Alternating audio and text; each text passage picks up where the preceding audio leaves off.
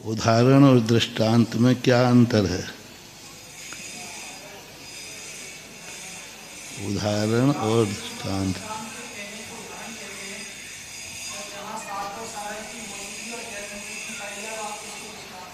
उदाहरण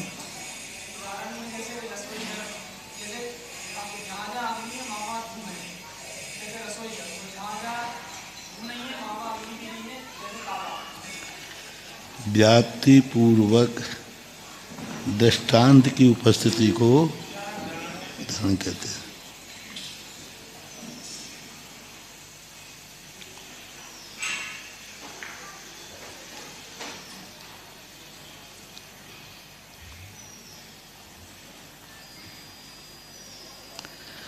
उपनय किसे कहते हैं?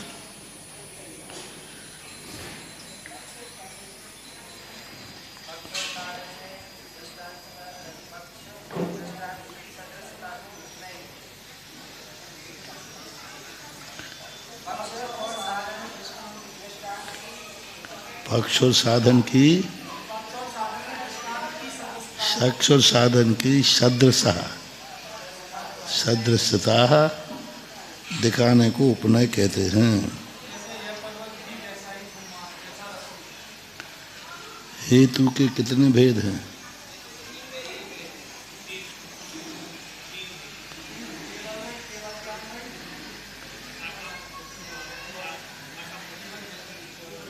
हेतु के 3 है। ठीक है। अन्वयी व्यतिरेकी, अन्वय व्यतिरेकी, ऐसा।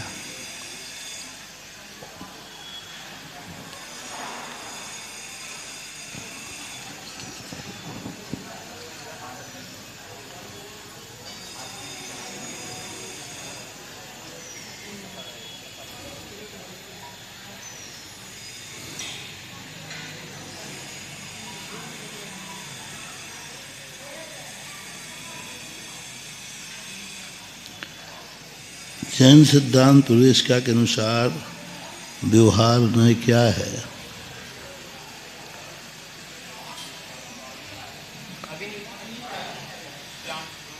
व्यवहार नहीं हुआ।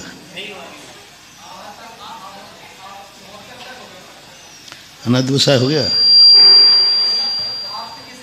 74 प्रश्न हो गए, 75 से पढ़ना है। आप किसे कहते हैं? ये हो गया। प्रमाण का विषय क्या है? सामान अथवा धर्मी तथा विशेष अथवा धर्म दोनों का समूह, दोनों अंशों का समूह रूप वस्तु का प्रमाण विषय है। सामान अथवा धर्मी, सामान्य कहो धर्मी कहो, विशेष अथवा धर्म दोनों अंशों का समूह है। धर्म और धर्मी के दोनों जहाँ एक साथ देखने में आवे उसे प्रमाण कहते हैं।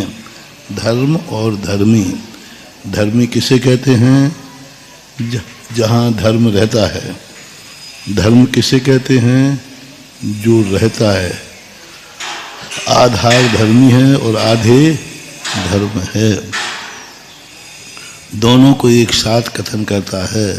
द्रव्य गुण शकलादेशी प्रमाणम, पहले पढ़ के आए ना शर्वार सिद्धि में, जो संपूर्ण को ग्रहण करता, पर्यायों को भी, गुण को भी और द्रव्य को, मूलभूत द्रव्य को विषय बनाता है। अब जहाँ जहाँ द्रव्य आएगा गुण पर्याय तो आएंगे। तो धर्मी कौन हुआ? द्रव्य। धर्म क्या हुआ? गुण और पर्याय। इसको कहते हैं दोनों अंश। धर्म और धर्मी जहाँ दोनों एक साथ पाए जाएं अंश शब्द कहने की जरूरत नहीं थी, पंडित जी साहब ने अंश शब्द लगा दिया। दोनों अंशों का समूह है, अंश नहीं कहना चाहिए। धर्म और धर्मी जहाँ दोनों एक साथ पाए जाते हैं उसको बोलते हैं प्रमाण। महाराज जी पीछे कहा था सच्चे ज्ञान को प्रमाण कहते हैं, और यहाँ पर प्रमाण के विषय में कह रहे हैं सामान्य धर्मी और विशेष और धर्म को। जब सच्चे ज्ञान को प्रमाण कहते तो फिर ये चार चीजें अलग से क्यों नहीं? पूरा ज्ञान ही प्रमाण है। सच्चा ज्ञान क्या है? तत्व और पदार्थ रूप है। तो वो क्या है? तत्व पदार्थ क्या है? तो वो धर्म है। धर्म धर्म और धर्मी को जो एक साथ मानता है वही तो सच्चा ज्ञान है। यहाँ विषय बता रहे हैं, वहाँ विषय को जानने वाला बता रहे हैं। तो सामान्य और यहाँ साधन है। ये प्रमाण नए रधिगमः, ये जानने का उपाय है, और वो जानने के बाद ज्ञान की प्रमाणता है। सम्यक ज्ञान को प्रमाण कहते हैं, वो सम्यक ज्ञान का प्रमाण है। अब देखो, सम्यक ज्ञान जब होगा जब प्रमाण और नयों के द्वारा जाना जाए। प्रमाण और नयों के द्वारा जाना है तब वो प्रमाण है। तो दोनों प्रमाणों में अंतर आ रहा है कि नहीं? वो दोनों का मिलाकर के ज्ञान है तब प्रमाण है। और ये प्रमाण अकेले से व्यक्ति जानता है तो सम्यक ज्ञानी नहीं, और नए अकेले से जानता है तो भी सम्यक ज्ञानी नहीं। तो दोनों से जाने तो वो सम्यक ज्ञानम प्रमाणम। सच्चे ज्ञान को प्रमाण के, प्रमाण यानी सम्यक है। यहाँ वो प्रमाण नहीं है, यहाँ वस्तु रूप ज्ञान है। वस्तु कैसी है जिसे प्रमाणिक माना जाए? प्रमाण अपन कह लो, प्रमाण और प्रमाणिक। हम कैसी वस्तु को जाने कि हमारा ज्ञान प्रमाण हो? तो वस्तु पहले कैसी है? ये चश्मा है, तो पहले ये चश्मा है कि हमने जाना सो चश्मा है? तो भाई बताओ, चश्मा प्रमाणिक है क्या? चश्मा ही नहीं है और हम चश्मा कह रहे हैं। तो यहाँ जो प्रमाण है, जो उपाय के रूप में, ये प्रमाण अलग है और सम्यक ज्ञान वाला प्रमाण अलग है। वो प्रमाण यानी पक्का निर्णय, सच्चा ज्ञान। और यहाँ वस्तु कैसी है? कौन सी वस्तु है जिसे हम प्रमाणिक माने? कौन सी ऐसी वस्तु इनमें से जिन्हें हम चश्मा कहें? किसी ने कहा मैं चश्मा जानना है, तो इन वस्तुओं में चश्मा कौन सा है? वो प्रमाण माना जाएगा। अब इनको प्रमाण करने के बाद हमारा ज्ञान अभी प्रमाण नहीं हुआ। नए से जाने चश्मा कैसा है, क्या चश्मे का नाम चश्मा है? इसमें कितनी चीज़ें मिली जब चश्मा हुआ? डंडी मिली, कांच मिला, ये कितनी चीज़ें मिल गई। तो ये सारे नए से जानो। तो चश्मा अकेली कोई चीज़ है ही नहीं, चश्मा नाम की कोई चीज़ नहीं। इनको अलग अलग कर दो तो ये डंडी है, ये कांच है, ये ऐसे ये चश्मा कोई चीज़ ही नहीं। तो फिर नए से जानो। यदि नए नहीं लगा, लोग कहते हैं कि नए नहीं लगाएं तो प्रमाण गायब हो जाएगा, और प्रमाण नहीं लगाएं तो चश्मा गायब हो जाएगा। अब कोई कहे कि इसमें चश्मा कहाँ है, तो ये तो डंडी है। वही भारत कहाँ है, सागर कहाँ है, ये तो डंडी है। ये इनको सबको अलग रखते जाओ। ये कोई भी चीज़ मान लो, तो फिर चश्मा कहाँ गया? तो यदि हम नए को नहीं मानेंगे तो चश्मा की सिद्धि नहीं होगी, और प्रमाण को नहीं मानेंगे तो चश्मा की सिद्धि नहीं होगी। क्योंकि चश्मा कब है? जब सब है। जब सब है तब चश्मा है, और हमने सबको माना नहीं है, हम तो अलग अलग चीज़ मानेंगे। तो चश्मा नाम की कोई चीज़ बनेगी नहीं। और नयों को नहीं मानेंगे तो, नयों को नहीं मानेंगे तो अवयव के बिना चश्मा कोई चीज़ है नहीं। तो प्रमाण और नए यहाँ जो हैं ये ज्ञेय की अपेक्षा हैं। वस्तु कैसी है? जहाँ साध्य और साधन दोनों समूह, जहाँ धर्म और धर्मी, धर्मी और धर्म दोनों एक साथ पाए जाएं। समूह शब्द का प्रयोग किया ना, एक साथ पाए जाएं, एक साथ पाए जाएंगे तब वो प्रमाण माना जाएगा। ऐसी वस्तु को जो जानेगा वो ज्ञान क्या होगा? प्रमाण। ऐसे दोनों को अलग मानना, वो प्रमाण अलग था और ये प्रमाण साधन रूप में आया है और वो प्रमाण फल रूप में आया है। ऐसी वस्तु को जो जानता है उसका ज्ञान प्रमाण है। जैसे तत्वार सूत्र में क्या कहा? तत्वार सूत्र में पहले का प्रमाण नयई अधिगमः ये कहा, फिर आगे ज्ञान को प्रमाण कह दिया। हालांकि सम्यक ज्ञानम प्रमाणम ये तत्वार सूत्र का वचन नहीं है। तत्वार सूत्र में कहीं सब में अन्य सूत्र में आया है, न्याय का है नहीं परीक्षा मुख में नहीं है, आला पद्धति में है और कार्तिक अनुप्रेक्षा कार्य किसी ने लिया है। सम्यक ज्ञानम प्रमाणम जो है ये तत्वार सूत्रकार ने नहीं लिया। तत्वार सूत्रकार ने तो यही लिया प्रमाण और नय के द्वारा जानो, फिर प्रमाण और नय को ज्ञान के उसे सम्यक ज्ञान कहते हैं। सम्यक ज्ञान बनाया है और सम्यक ज्ञान का कैसा है? प्रत्यक्ष और परोक्ष ऐसे करके। हालांकि प्रमाण को स्वीकार करना ही पड़ेगा क्योंकि ज्ञान को सम्यक प्रमाण माना जाता है। तो फिर महाराज जी स्वपूर्वार्थ व्यवसायात्मकम ज्ञानम प्रमाणम क्या है? स्वपूर्वार्थ व्यवसायात्मकम ज्ञानम प्रमाणम ये क्या है? परीक्षा मुख का सूत्र है। वो इसलिए है क्योंकि दूसरे सामने वाले लोग अविश्वास व्यवसाय नहीं मानते। जो परीक्षा मुख का है स्वपूर्वार्थ अपूर्वार्थ व्यवसायात्मक ज्ञानम स्व व्यवसायात्मक अपूर्व क्या होना चाहिए? पहला शब्द क्या है? स्वयं को जानने वाला स्व, और दूसरा क्या है? अपूर्वग्राही। अपूर्वग्राही है तो जा करके वो बनेगा, क्योंकि नित्यवादी अपूर्वग्राही नहीं मानते, क्योंकि वस्तु में परिवर्तन ही नहीं है तो अपूर्वग्राही कहाँ से आएगा? जब वस्तु में परिवर्तन ही नहीं है तो अपूर्वग्राही कहाँ से आएगा? तो फिर जैनाचार्य कहते नहीं, ज्ञान वही है जो अपूर्वग्राही हो। पूर्वग्राही है वही वही वही वही, तो फिर प्रमाण कहाँ हुआ ज्ञान? अपूर्वग्राही। और फिर कैसा होना चाहिए? व्यवसायात्मक। व्यवसायात्मक यानी क्रियाशील। वो कहते हैं कूटस्थ है, कूटस्थ। और व्यवसायात्मक बौद्ध भी यही मानते हैं, निर्विकल्प स्वयं संवेदन प्रत्यक्षम ज्ञानम प्रमाणम। निर्विकल्प हो, स्वयं संवेदन हो और प्रत्यक्ष हो और निर्विकल्प हो। स्वयं संवेदन निर्विकल्प प्रत्यक्षम सम्यक ज्ञानम ऐसा बौद्ध मानते हैं। तो उनकी एक अपेक्षा से न्याय शास्त्र में अन्य मतों को ध्यान में रखकर कार्य किया गया। और यहाँ सीधा बता रहे हैं मुमुक्षु को, क्योंकि सम्यक ज्ञान को प्रमाण कहते हैं। सम्यक ज्ञान किसे कहते हैं? सम्यक ज्ञान को क्या कहते हैं? प्रमाण की परिभाषा क्या है? तो सम्यक ज्ञान किसे कहते हैं? नहीं, जो प्रमाण और नयों के द्वारा वस्तु को जानता है वो सम्यक ज्ञान है। प्रमाण और नयों के द्वारा जो वस्तु को जानता है, प्रमाण नई रधिगमा, प्रमाण नय से जानो, ऐसा। तो इसमें क्या हो गया? इसमें प्रमाण जो यहाँ है धर्मी अथवा धर्म दोनों के समूह को एक साथ जानता है, उसको प्रमाण कहते हैं। क्योंकि अन्न एक साथ क्यों कहा? क्योंकि अन्न मतावलंबी कोई द्रव्य को मानता है, कोई पर्याय को मानता है।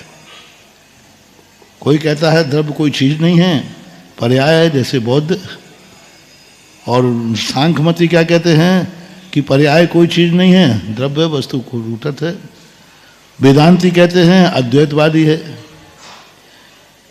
ऐसे नैयायिक मीमांसा के जितने मत है, मजहब है, इनकी दृष्टि में धर्म और धर्मी कभी एक होता ही नहीं। तो जैन दर्शन कहता है धर्म और धर्मी दोनों को एक साथ मानना चाहिए। महाराज जी धर्म और धर्मी तो ठीक है, फिर सामान्य और विशेष कहने की क्या आवश्यकता थी? संपूर्ण ही कह देते। उसका दूसरा नाम है। संपूर्ण भी तो कह सकते थे, क्योंकि सामान्य और विशेष दोनों ही ले लिए। संपूर्ण में तुम समझ नहीं पाते। वो सांख्य भी तो संपूर्ण ही कहता है, मैं भी संपूर्ण को मान रहा हूँ। अद्वैतवादी भी तो कह रहा है मैं संपूर्ण को मान रहा हूँ। तो संपूर्ण शब्द जो है थोड़ा सा अर्थ को स्पष्ट नहीं करता। सकल को जो ग्रहण करता है वह प्रमाण है। ये श्रद्धालु के लिए तो ठीक है, लेकिन जो थोड़ा बहुत संशयात्मक है उसके लिए पूर्ण निर्णय नहीं देगा। संपूर्ण को जो ग्रहण कर, क्या मतलब है संपूर्ण किसे कहते हैं? फिर प्रश्न हो जाएगा, संपूर्ण किसे कहते हैं? फिर पूर्ण को तो ये तो सबको मालूम है। पूर्णता किसे कहते हैं? पूरा हो गया तो सब पूरा होगा। पूरा किसे कहते हैं? तो कोई पूछे संपूर्ण क्या है, तो पूरा हो गया तो संपूर्ण। तो पूरा हो गया ये क्या है? 100 नंबर पे पूरा माना है कि 101 पे माना है? कितने पे माना है? कोई नंबर, कुछ तो संख्या, उसका नाम करना पड़ेगा कि नहीं? पूर्ण की परिभाषा क्या है? घड़ा पूरा भर गया इसलिए पूर्ण है कि 100 मिल गए तो पूर्णांक है? तो पूर्ण में क्या कहना? धर्म और धर्मी को जो एक साथ पाया जाए वह वस्तु पूर्ण है। सकल का शब्द है। और धर्म का अर्थ क्या है? गुण और पर्याय। धर्म का दूसरा नाम है विशेष। धर्म का नाम क्या है? विशेष। और धर्मी का नाम क्या है? सामान्य, द्रव्य। द्रव्य कहो, सामान्य कहो, और ये क्या है? धर्मी कहो। ये सब क्या है? एकार्थवाची है। विशेष कहो, पर्याय कहो, गुण कहो, ये सब क्या है? एक धर्म के नाम से है। माता जी का माइक चालू कर दो। वो प्रमाण की परिभाषा आगे वाले में, और यहाँ प्रमाण के द्वारा विषय बताया जा रहा है कि प्रमाण के द्वारा किस प्रकार से विषय को हम ग्रहण करेंगे। ये साधन रूप है। यहाँ द्वारा प्रमाण नई रधिगमा, नय के द्वारा साधन रूप में हम कब प्रमाण माने ज्ञान को? जब वो वस्तु को ऐसा जाने। तो यहाँ हमारे ज्ञान को प्रमाणिकता किससे मिल रही है? प्रमाण के द्वारा। कौन सी प्रमाण से? ये वाले प्रमाण से। तो विषय मतलब वस्तु को जानने के लिए हमें प्रमाण के रूप में विषय समझना पड़ेगा ना। ये प्रमाण हमारे ज्ञान को प्रमाणिक करेगा। हमने कह दिया कि मेरा ज्ञान प्रमाणिक है, नहीं मानेंगे तो हम प्रमाण पत्र तो कैसे प्रमाणिक है? तो हम जहाँ कहेंगे हम वस्तु को धर्म और धर्मी के समूह को मानते हैं, हाँ फिर तुम्हारा ज्ञान प्रमाण है। तो हमारे ज्ञान को प्रमाणिकता किसने दी? हमारा सच्चा ज्ञान कब हुआ? सच्चे ज्ञान की हमारे लिए उपाधि कब मिली? जब हम वस्तु को धर्म और धर्म, मतलब उसका विषय जब हम बनाएंगे तब हमारा ज्ञान प्रामाणिक की कोटि में आएगा। नहीं तो नहीं आएगा। ज्ञान अनादिकाल से है कि नहीं जी? जो और कुछ ना कुछ जान रहा है कि नहीं? जान रहा है। ज्ञान कभी भी जीव ज्ञान से रहित कभी होता ही नहीं, और कुछ ना कुछ तो जान रहा है, थोड़ा जान रहा है, लेकिन वो प्रमाण धर्म और धर्म को नहीं जान रहा है। अन्न मिथ्यालंबी, क्या चश्मे को पेन कहते हैं? वो भी तो चश्मे कहते हैं, लेकिन इसके स्वरूप को नहीं जानते। वो कहते हैं कि ये ब्रह्मा ने बनाया है, ब्रह्मा का अंश है। अब देखना अप्रमाणिकता कहते हैं। वो कहते चश्मा एक ब्रह्मा का अंश है, एको ब्रह्मा द्वितीयो नास्ति। ब्रह्मा जी ने अपनी 2 विक्रियाएं की, एक जड़ रूप और एक चेतन रूप। है ब्रह्म ही का रूप, तो जड़ रूप से ये सब चीजें बनी ब्रह्मांड, और चेतन रूप से जीव बना। अब जब ब्रह्मा से हुआ तो ब्रह्मा द्रव्य है कि गुण है कि पर्याय है? ब्रह्मा द्रव्य है, गुण है कि पर्याय है? वो कहता है कि द्रव्य गुण पर्याय क्या लगा? ब्रह्मा ब्रह्मा है। तो ब्रह्मा सब में व्याप्त है कि सब ब्रह्मा में व्याप्त है? ब्रह्मा में सब व्याप्त। ब्रह्मा सब में व्याप्त है कि ब्रह्मा में सब व्याप्त है? दोनों ही में। तो ब्रह्मा में सब व्याप्त है, तो फिर ब्रह्मा में सब व्याप्त है, तो फिर ये सब ब्रह्मा जो दिख रहा है सब, यहाँ भी ब्रह्मा अपना रूप अंश बनना चाहिए। पर हम लोग जो कर रहे हैं उसका सुख दुख ब्रह्मा को होना चाहिए। तो किसी ने बम फोड़ दिया, आतंकवादी है, तो सब ब्रह्मा में है ना सब। तो आतंकवादी कहाँ है? ब्रह्मा में। डाकू कहाँ है? क्योंकि सब ब्रह्मा में है ना। और आप कहें कि नहीं सब में ब्रह्मा है, तो आतंकवादी में भी, तो फिर वो जब उसमें ब्रह्मा है तो वो आतंकवाद क्यों मचा रहा है? तो इसका अर्थ सारा आतंकवाद कौन मचा रहे हैं? फिर स्ववचन बाधित हो जाएंगे। तो द्रव्य धर्म और धर्मी को मानना ही पड़ेगा। कोई भी दर्शनकार धर्म धर्मी नहीं मान रहा है। उसका मूल कारण है क्योंकि वे अद्वैतवादी है। अद्वैतवादी मूल कारण है। अद्वैतवादी का अर्थ है एक चीज के अलावा कुछ भी नहीं है। क्योंकि धर्म और धर्मी मानेंगे तो दो हो जाएंगे कि नहीं? द्वैतवाद आ गया। मतलब कोई सामान्य को मानता है, कोई विशेष को मानता है, कोई धर्मी को मानता है, कोई धर्म को मानता है, अलग अलग मानते हैं। धर्म को मानने वाला मात्र एक ही धर्म है, बौद्ध, बस, और कोई नहीं। और सब मानते हैं एक को, मतलब एक ही रूप है, कोई धर्म धर्मी कोई भेद नहीं है। तो जैन दर्शन ना द्वैतवादी, तो फिर द्वैतवादी मान लो। धर्म और धर्मी, जहाँ धर्म और धर्मी को जो मानता है वह प्रमाणिक है नहीं। द्वैतवाद भी ठीक नहीं है। द्वैतवादी भी है, अद्वैतवादी और द्वैतवादी। तो अद्वैतवादी तो क्या कहता है? धर्म और धर्मी है ही नहीं। और द्वैतवादी क्या कहता है? धर्म कभी धर्मी नहीं हो सकता और धर्मी कभी धर्म नहीं हो सकता। दोनों अलग अलग पड़े हुए हैं। मात्र एक समुदाय, एक समवाय नाम का पदार्थ आता है, वो दोनों को मिला देता है। ज्ञान गुण धर्म है, धर्मी है, मानता है, और धर्म आजीव है। इन दोनों को मिला देते हैं तो दोनों कार्य करने लग जाते हैं, चेतन हो जाते हैं। और जब तक नहीं मिले हैं तब तक क्या है? दोनों अचेतन है। ज्ञान गुण अलग है, आत्मा अलग है। कभी कभी समवाय नाम का पदार्थ बीच में आ जाता है, वो दोनों को मिला देता है। मिलाते ही जीव बन जाता है। दो अचेतन मिलकर के जीव बन जाते हैं। अब दो अचेतन क्या, लाख अचेतन मिलाओ तो कभी जीव।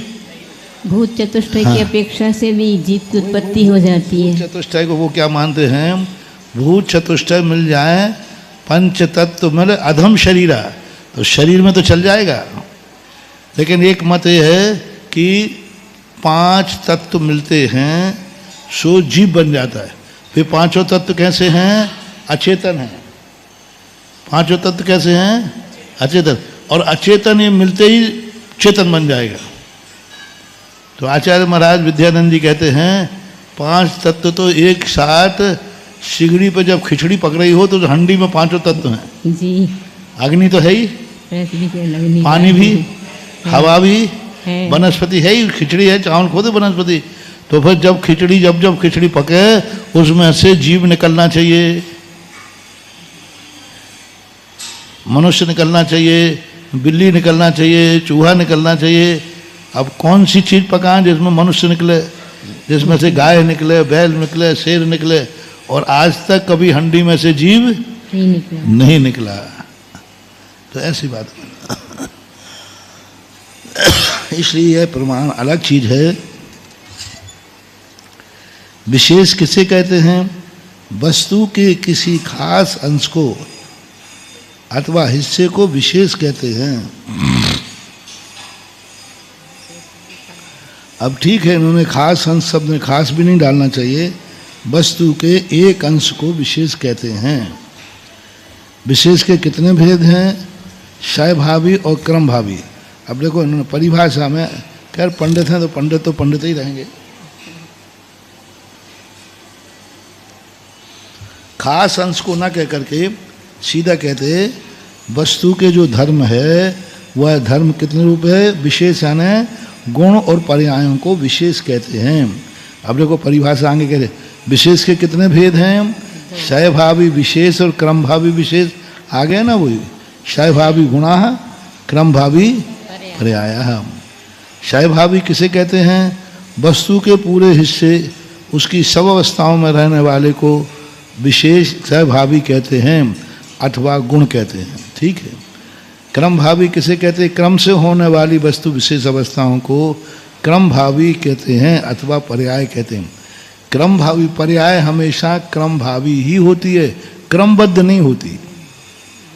तो सोनगढ़ वाले मानते ना क्रमबद्ध पर्याय होती है, पर्याय क्रम से होती हैं, क्रमवर्ती होती हैं, क्रम पूर्वक होती हैं, एक के बाद एक ही होंगी, लेकिन क्रमबद्ध, क्रमवर्ती और क्रमशाम और क्रमबद्ध में क्या अंतर है?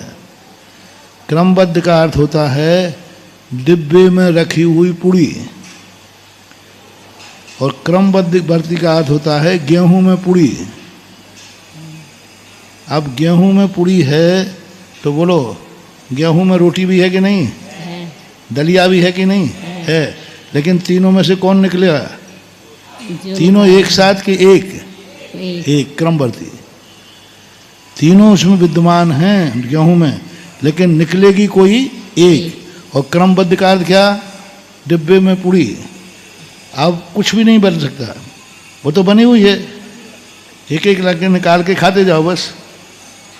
तो जो ये कंजाइश लोग मानते हैं ये यही मानते क्रमबद्ध पर्याय। अपना इसका प्रश्न किया था जयपुर में, उनको भेजा भी था कि क्रमबद्ध पर्याय का अर्थ क्या? बोले पर्याय सब बंधी हुई हैं, बनना है ही नहीं, एक के बाद एक क्रम से निकलती रहती हैं। तो क्रमबद्ध पर्याय ऐसा आगम का शब्द है ही नहीं। आगम में कहीं भी क्रमबद्ध पर्याय ये तीनों को मिला हुआ शब्द कहीं आया ही नहीं। हुकमचंद भारत से भी पूछवाया तो उन्होंने कहा कि हमके ये शब्द बताओ कहाँ है। बोले अर्थ से ऐसा निकालना चाहिए। मैंने कहा शब्द जो आपने दिया है इसका कहीं तो उल्लेख मिलना चाहिए, कहीं नहीं मिला। तो हमने कहा ऐसे तो गधे के सिंग होते हैं, गधा भी होता है और सिंग भी होता है, गधा भी है और सिंग भी है, लेकिन गधे के सिंग तो क्रम भी है, बद्ध भी है, पर्याय भी है, लेकिन क्रमबद्ध पर्याय नहीं होती। बद्ध शब्द नहीं लगाना। बद्ध का अर्थ होता है पर्यायों को निर्माण नहीं करना है, पर्याय व्यक्त रूप से सत्ता में बैठी हुई हैं, एक एक करके निकलती रहती हैं। और हमारे यहाँ संभावित है 3 पर्यायों में से कोई एक पर्याय निकलेगी, लेकिन 3 की योग्यता उसमें है। अब पूरी बनने के बाद कौन सी योग्यता रह गई? योग्यता खत्म। लेकिन गेहूं में है तो योग्यता है, अभी कोई भी निकाल सकता है। तो अब आर्ष परंपरा में अपने अंदर ऐसी आत्मा में पर्याय अनंत पड़ी हुई हैं, ऐसा मानना चाहिए।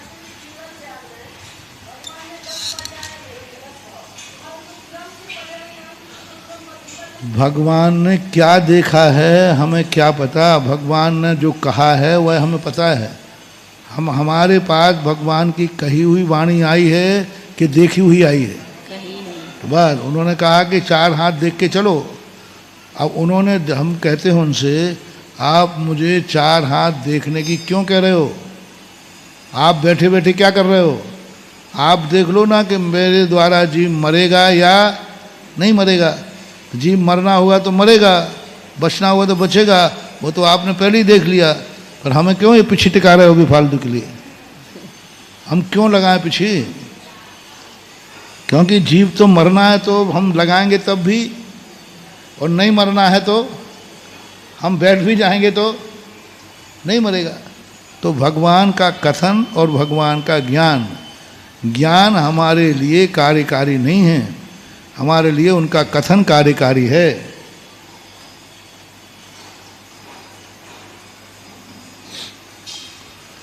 हमारा कल्याण सर्वज्ञता से नहीं है, हमारा कल्याण जिनवाणी से है। सर्वज्ञता तो मात्र प्रमाण के लिए है, जहाँ संदेह होने लग जाए तो कहा जाता है संदेह मत करो, क्योंकि ये सर्वज्ञ भगवान का जाना हुआ है। बाकी कल्याण तो हमारी वाणी से होने वाला है। उनको करोथी क्रिया रखने नहीं चाहिए था, और उनको खुद प्रवचन नहीं देना चाहिए था। क्यों दिए प्रवचन? क्योंकि वे ज्ञान में जान रहे थे जो जिस समय जैसा होना है वैसा होगा। हम क्या करेंगे उपदेश देकर? क्यों देना? क्यों परेशान करना? क्यों कहते हैं कि तू ऐसा करेगा तो मूर्ख है, ऐसा करेगा तो मिथ्या दृष्टि है, ऐसा करेगा? कहाँ कर रहा है वो गड़बड़? वैसा होना है तो वैसे तो होगा। अब उसका जाना नियत है तो वो नियत है, अकर्मणता आ जाएगी, स्वच्छंदता आ जाएगी।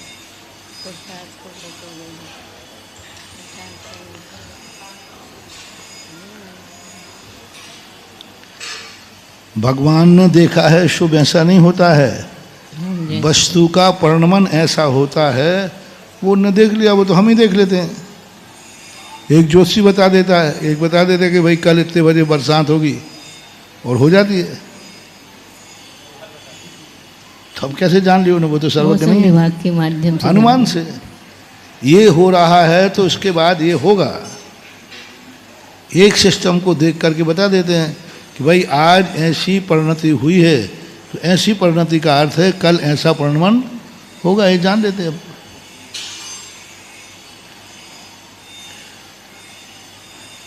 किसी आचार्य ने उपदेश में कहीं भी सर्वत, ये बात कहाँ जैन दर्शन में आई है, कार्तिक अनुपरीक्षा को छोड़ करके जो जिस समय जैसा होना है वैसा होगा, ये कौन से शास्त्र में लिखा है? कहाँ से आई ये बात? कुंद के साहित्य में तो नहीं है, समंत भद्र महाराज के साहित्य में नहीं है, तत्वार सूत्र में नहीं है, षटखंडागम में नहीं है। अब कहाँ से कहाँ ढूंढे बताओ? जो जिस समय जैसा होना है वैसा होगा, जो जो वीतराग भगवान ने देखी है वही वही होता है। ये शब्द आगम में तो बताओ कहाँ लिखे हैं? कोई साहित्य बता दो, कुंद स्वामी के पूरे साहित्य में बता दो, समंत भद्र महाराज के बता दो, जितने साहित्य हमने तो पूरा पढ़ लिया। कहीं लिखा मात्र 2 गाथाएं कार्तिक के अनुपरीक्षा में आई हैं। वो भी कब आई? धर्म भावना में। जब जीव धर्म छोड़ने लगा कि नहीं हम तो कुदेवों के कुधर्म को पूजने जाएंगे क्योंकि हमारा कष्ट दूर नहीं हो रहा है, तब उन्होंने कहा क्यों धर्म छोड़ रहा है? जिस समय जैसा जिस रूप में होना है वैसा होगा, तो सम्यक तो छोड़ करके क्यों भ्रम में भटक रहा है? तो मिथ्यात की तरफ जाने वाले को रोकने के लिए ये कहा गया, तू वहाँ भी जाएगा तो यदि तेरी नियत नहीं है तो होने वाला धर्म भी चला जाएगा और मिलने वाला बस भी 2 गाथाएं पूरे आगम में सभी स्थानों पे ही आया है। जिनेंद्र भगवान ने जो कहा है वह करो।